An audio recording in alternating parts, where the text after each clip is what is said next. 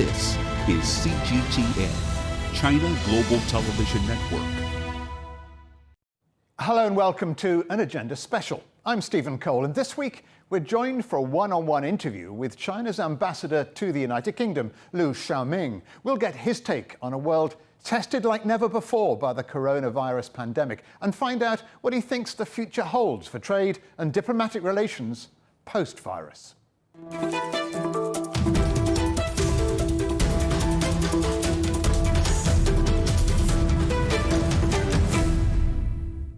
Joining us today on this Agenda Special is His Excellency Liu Xiaoming, China's ambassador to the UK for more than a decade.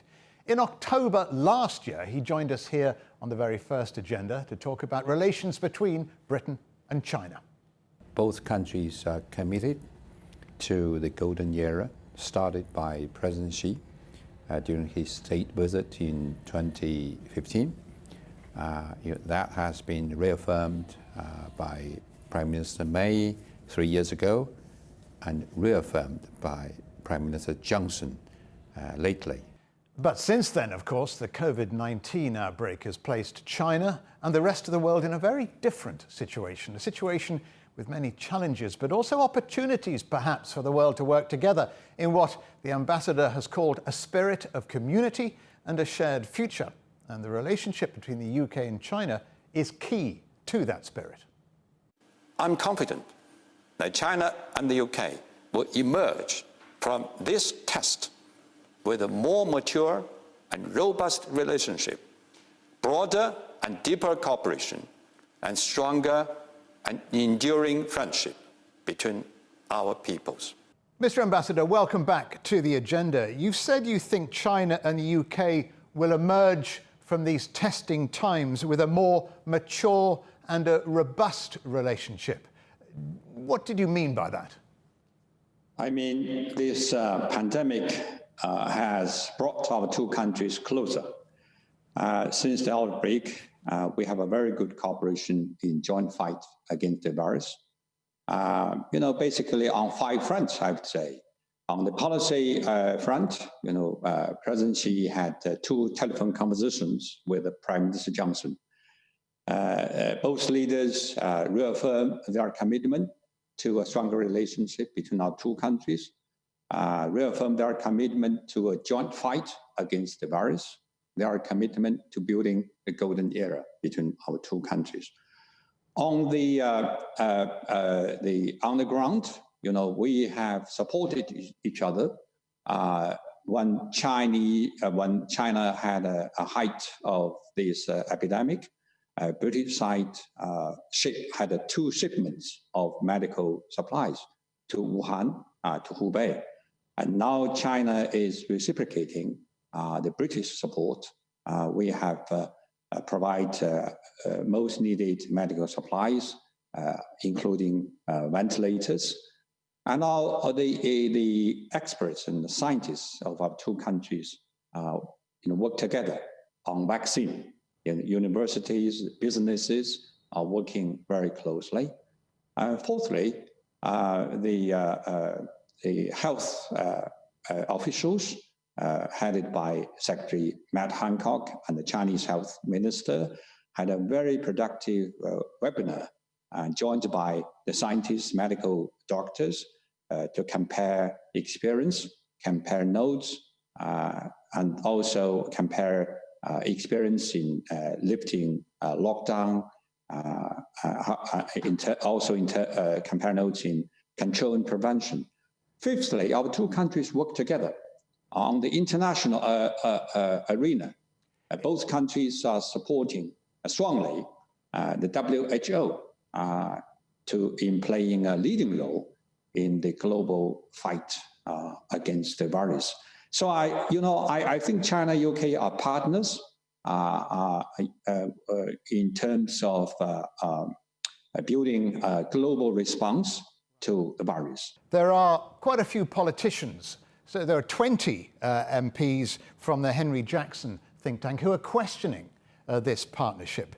They say Britain may well have found out that it's too dependent on China for imports that are key to a national infrastructure and the economy. that doesn't exactly promise a golden future of relations, does it? Yes, I notice, those politicians, and to be exact, there are 23 Conservative MPs and also some Labour MPs. They made some remarks, but I don't think they represent UK government position. In my conversations with the secretaries, ministers, senior officials, they all told me they are speaking for themselves.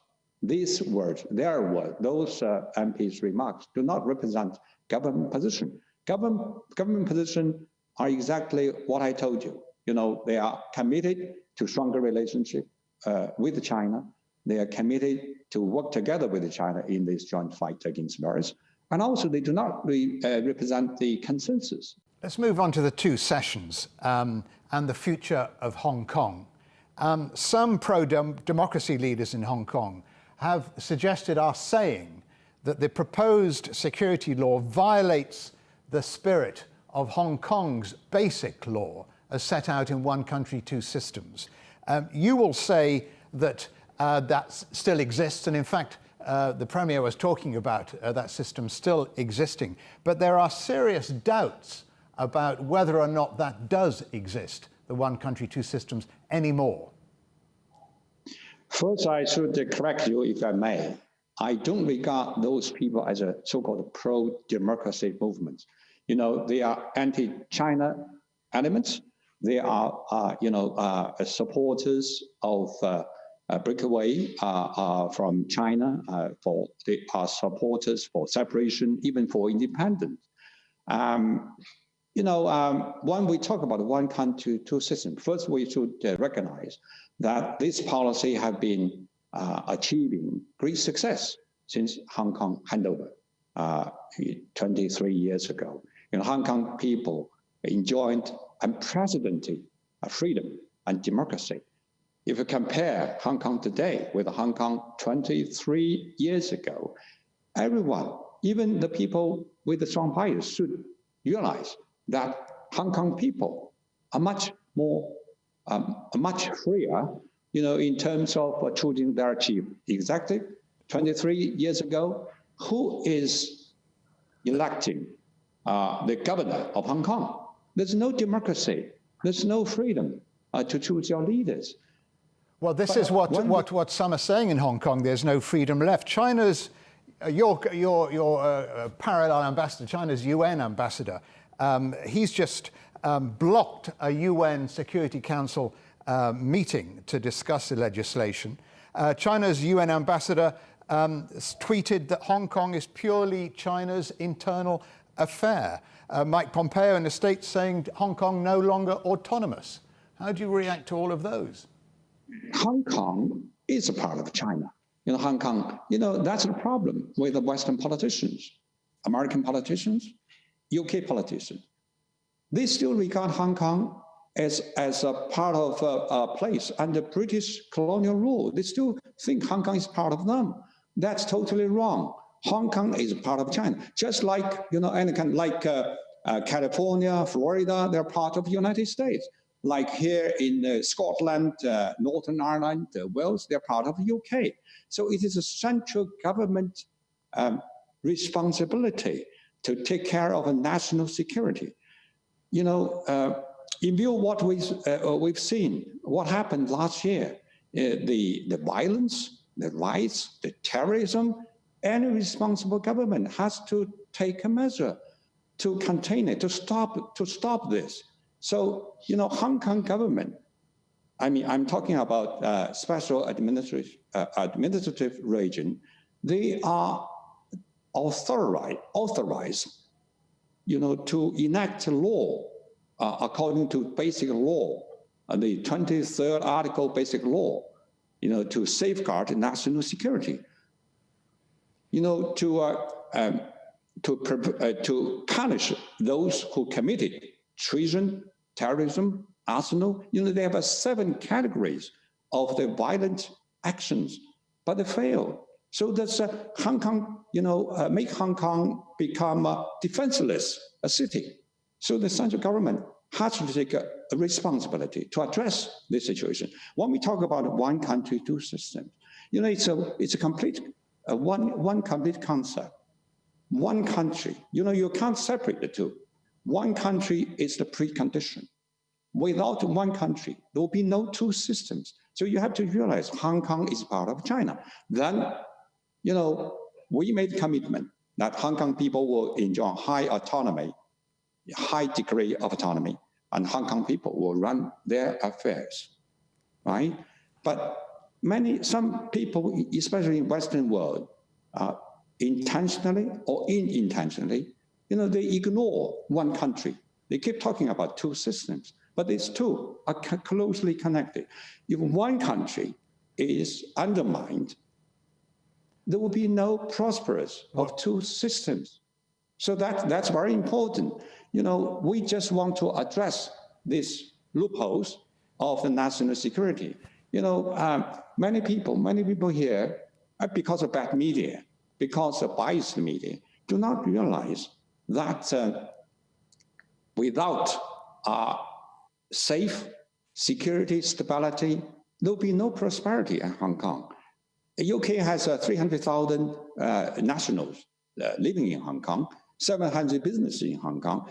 And I think it's in the UK, it's not only in the interest of China, but also in the interest of UK to have a stable, peaceful, prosperous situation in Hong Kong. Indeed. If those situations, as what we saw last year, continue to carry on, can people enjoy a better life? Can people enjoy a peaceful, stable life?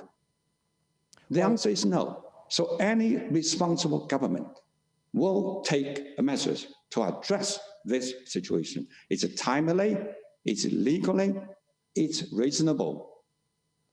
Let's move on to the economy. They reckon that it'll take Britain, or the analysts reckon it'll take Britain at least 3 years to recover from the pandemic. At the two sessions, China decided not to set an economic growth target for the first time for a long time because of the uncertainty over COVID-19. How do you judge the global economic situation? You're worried about the global situation, especially in the economic front. This pandemic really caused a very negative impact on the world trade, interflow of investment, even the people-to-people travel. And the difference between this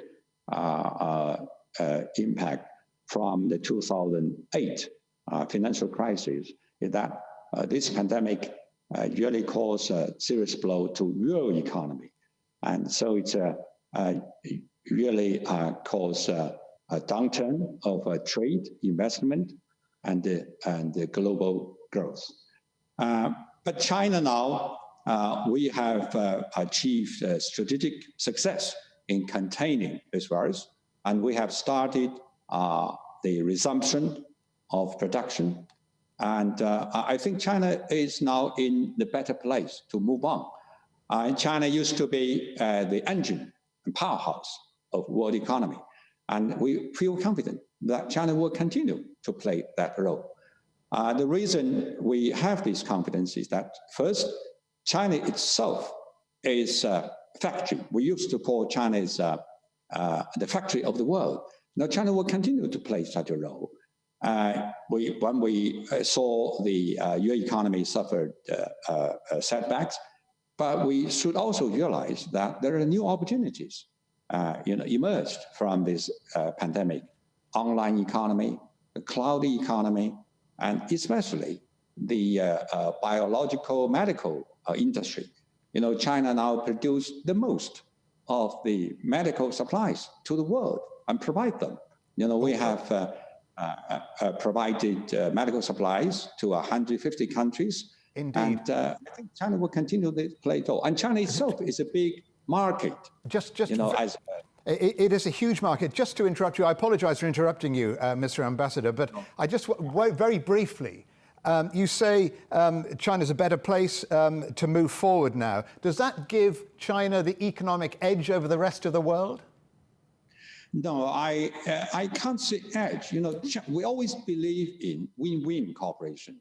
So that's why President Xi has been calling for to build a community of shared future for mankind. So when I'm saying this pandemic bring China, UK closer, I think this pandemic also bring the world closer. And it really shows that we are all in this same global village, a small planet. We need to work together. So China would like to share not only our experience in containing virus, we would also like to share, as we did before, the opportunities of China's growth, China's development. And just like when it's come to China-UK relation, we have started this fast track channel between our two countries. You know, we want to facilitate the people's travel, especially for the key workers, so that the British businesses in China can start as quickly, as China's economy. Thank you, Mr. Ambassador. Thank you for the moment. We're going to take a quick break there, but still to come here on the agenda, we'll be hearing more from Ambassador Liu Xiaoming about life in a post-pandemic world. On the agenda with me, Stephen Cole, we look up into space. We look down into data. We look at debt. We look at politics. We look at opioids, climate change. We look at all the issues that really matter around the world. But you matter too. We want to tell the stories you want to see and hear about. Make it your agenda. Welcome back to this Agenda One-on-One special, where we're joined by His Excellency Liu Xiaoming, China's ambassador to the UK. Mr. Ambassador, a survey from Oxford University last week found that more than 4 out of 10 people in Britain believe to some extent China created the virus as a bioweapon to control the West. Now, the rights and wrongs of that survey is another question, but it's a problem that a lot of people think like that, isn't it, in terms of reputation? I think this is totally wrong to accuse China to use this virus to control the world. China is a victim. China is not a culprit. China is not a producer of this virus. As a matter of fact, China, is the country that first reports this virus to World Health Organization, and the first country to identify the parasite, first country to share the genetic sequence with the WHO and with the rest of the world. So China contributed to the world. So that's how the world, the rest of the world, especially the scientists, medical doctors, can work on the vaccine and can work to build, to work together to contain this virus. I think the English medical director, Boyce, put it very rightly, that because China did it at a very early stage, that gave us time to prepare, give us time to work on, the drug and the medicine and the virus. And, it's totally wrong to criticize, to accuse China. I think this is some American politicians try to politicize this issue, try to deflect their responsibility to contain the spread of the virus. So, as we said many times, this is not a time for playing a game of scapegoating, to play games of blaming, to play the games of stigmatizing. Right. It's a time to work together, to fight together against this virus. You spoke about cooperation, and you said you want cooperation, not confrontation with the United States, but that it takes two to tango. What do you mean by that?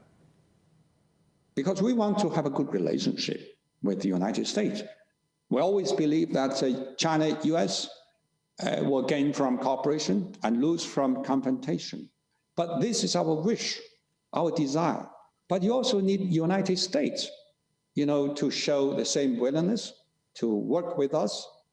If you have American politicians blaming China every day, calling bad name of China, and try to find China a scapegoat for their lack of response, there will be no good relationship. So that's why I'm saying you need the two to tango. You need the two to work together to build a stronger and good relationship. Can China reach out? Is there any way China can offer some form of reconciliation? Because the year started very well. There was a hint of a trade deal between the US and China. But now there seems to be very serious division. Some politicians even talking about a Cold War. Does that worry you? And how can China reach out to the US if indeed it feels it should? We reach out to United States for good relationship. During this pandemic, we always believe that China, US have the same enemy. We always send a message to the other side of the Atlantic. If we are in China, we will say the other side of the Pacific. China is not your enemy. Your enemy is the virus. China, in fact, is your partner. We have provided billions of face masks. I think, according to our foreign minister, every American has received, by average, 40 face masks per American. And also not many Chinese local governments, businesses, entrepreneurs, even schools, universities, NGO, they donate many medical supplies to United States, to different states, to help them to fight against this virus. I still remember that Governor of New York State, Cuomo, spoke highly of China's, contributions to help his state to fight against virus. So we want to work with the United States. We reach out. We reach this trade agreement in good faith. We told them that we're ready to implement this agreement. But, it's also for the Americans to meet us halfway, to work together for better relationship. So that's basically, it's always our message. Some ambassadors have been reaching out around the world, and the term wolf warrior diplomacy has been gaining some traction online. I don't know if you're one of the wolf warriors, Mr. Ambassador. Lastly, but if you could explain what wolf warrior diplomacy is and whether you're one of them. I don't think it's a correct way to characterize China diplomacy as wolf warriors. I think China's foreign policy remains the same. China is, in its tradition, is a peace-loving country. From ancient time, our philosophy believed that harmony is a top priority. That's still our philosophy guiding our foreign policy, and especially in modern time, President Xi proposed that we should build a community of shared future for mankind. That is our policy.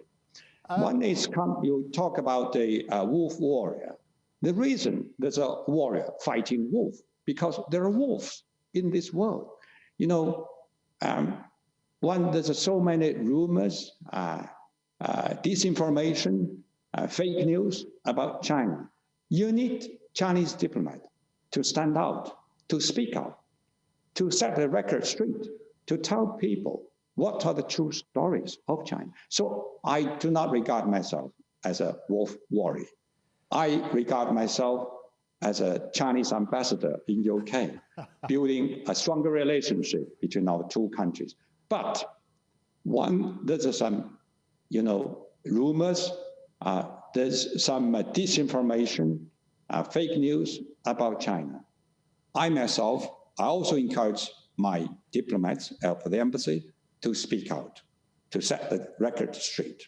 Okay, last question, Mr. Ambassador, in an attempt to set the record straight. China says there will be a full investigation into the pandemic just as soon as this virus is over.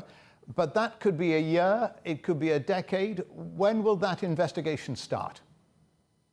I think it's very much up to WHO.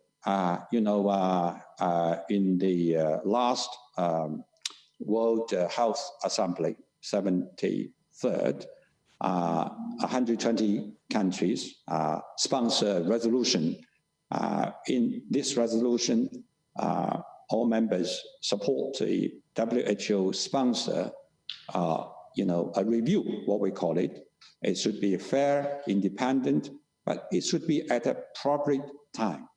Now, the top priority, not only for UK, but even for China. We can't say we have claimed the final victory yet, because there's still sporadic cases, there's still some imported cases, so we have to be on the alert. So I quite agree.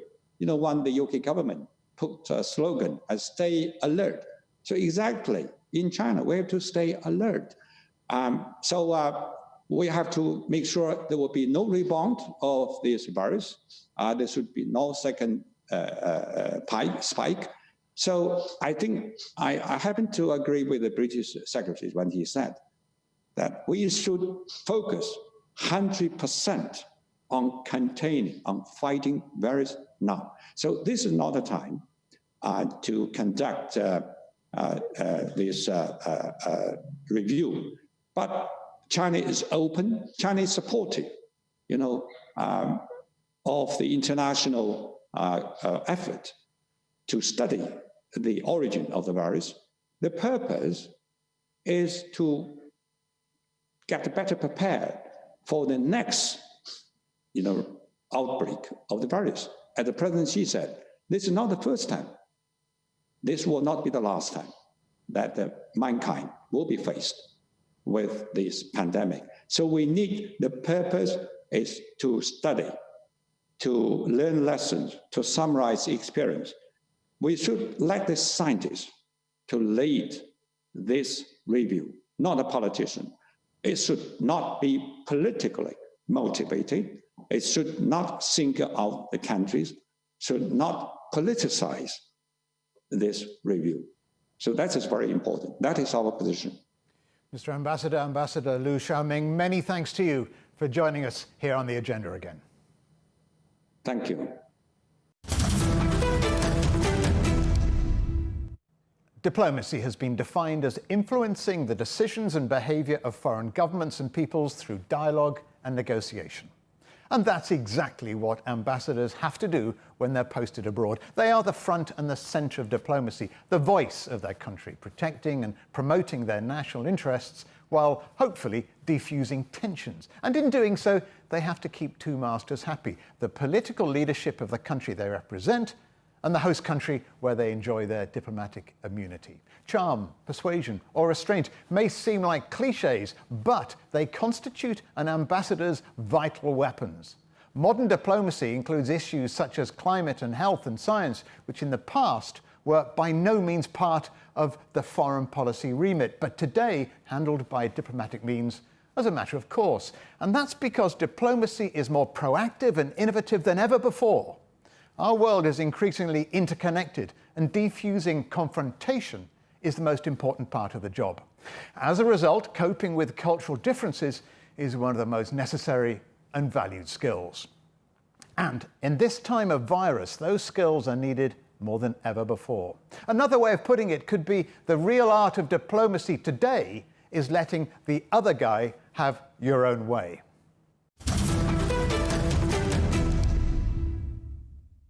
Coming up on a future agenda, taking to the skies, we'll examine the future of the airline industry. Don't forget, for more agenda content, you can visit our website or you can follow us on Twitter and Facebook. But for now, from me, Stephen Cole, and all the Agenda team here in London, it's goodbye.